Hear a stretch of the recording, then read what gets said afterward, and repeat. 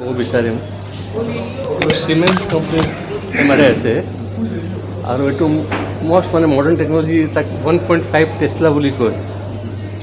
ইয়াতে বস্তুটো যি মানে গেছৰ যি প্ৰয়োজন থাকে সেইটো খুব কম থাকে। তাৰ কাৰণে কি হয় মানে তাত হেজাৰ্ডাছ ইফেক্ট নাথাকে।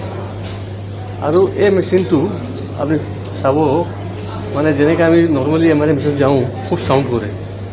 আপোনালোকে যদি অনভিজ্ঞ যদি আছে খুব চাউণ্ড কৰে। এই মেচিনত তেনেকৈ চাউণ্ড নাই। আৰু ইয়াতে যি মানে আমাৰ বডিৰ যি পাৰ্টৰ যি এমআৰআই কৰিব লাগে, স্কেনিং কৰিব লাগে, তাতে টাইমটো খুব কম লাগে ইয়াতে।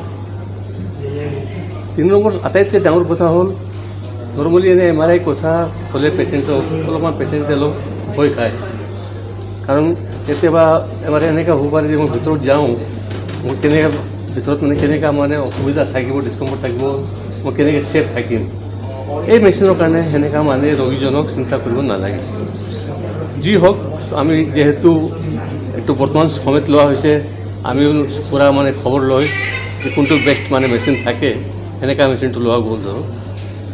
আৰু এই মেচিনটো লোৱা গ'ল আপুনিতো গম পাইছে, আমাক ইয়াতে অইল ইণ্ডিয়া, নুমলিগেট ৰিফাইনেৰী আৰু আমাৰ যে কেএল পৰিবাৰ আছে সমাজৰ মানুহ চবে ইয়াতে যি আছে আৰ্থিক সহযোগ কৰিছে।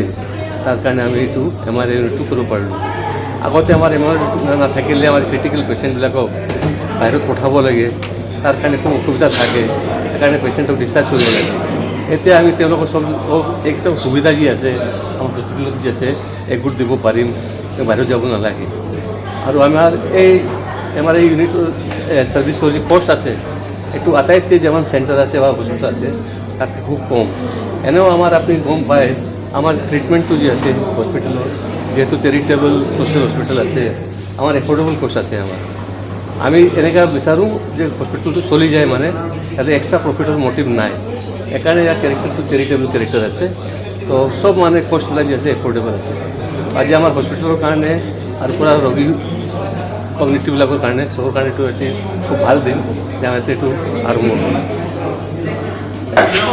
মানুহজন তাতে এমআৰআই মেচিনটোত ভৰাই পেলাই স্কেনিং কৰি থাকিব, ইয়াত মনিটৰত তেওঁৰ গোটেই ফটোখিনি ওলাই থাকিব আৰু মানুহজনে এই স্পিকাৰত কথা কৈ থাকিব।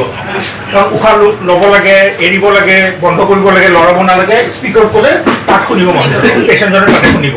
আৰু পেচেণ্টজনৰ যদি কিবা এটা অসুবিধা হয় তাতে চুইচ এটা থাকে, সেইটো টিপি দিব, ইমিডিয়েটলি অফ কৰি পেলাই মানুহজন দৌৰ মাৰি গৈ পেলাই তেওঁক ওলাই আনিব পাৰিব। গতিকে কনচলত আপুনি আঙঠি বা ঘড়ী চৰি চব পিন্ধি থাকিব পাৰিব, এইটো ন' প্ৰব্লেম। কিন্তু এমআৰআই ৰুমৰ ভিতৰত একো অৰ্নামেণ্টছ পিন্ধিব নোৱাৰে, একো মেটেল বস্তু ল'ব নোৱাৰে, নাথিং। মোবাইলটো নিয়াৰ প্ৰশ্নই নুঠে।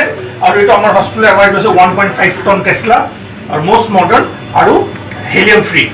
সাধাৰণতে এটা এমআৰআই মেচিনত বহুত হেলিয়াম থাকে, কিন্তু ওজনটো বহুত হয় আৰু চাইজো বহুত ডাঙৰ হয়। আমাৰ যিহেতু এইটো হেলিয়াম ফ্ৰী মেচিন, চাইজটো একেবাৰে সৰু আৰু ইমেজ কোৱালিটি সাধাৰণ মেচিনতকৈ বহুত বহুত মাত্ৰাত বেটাৰ।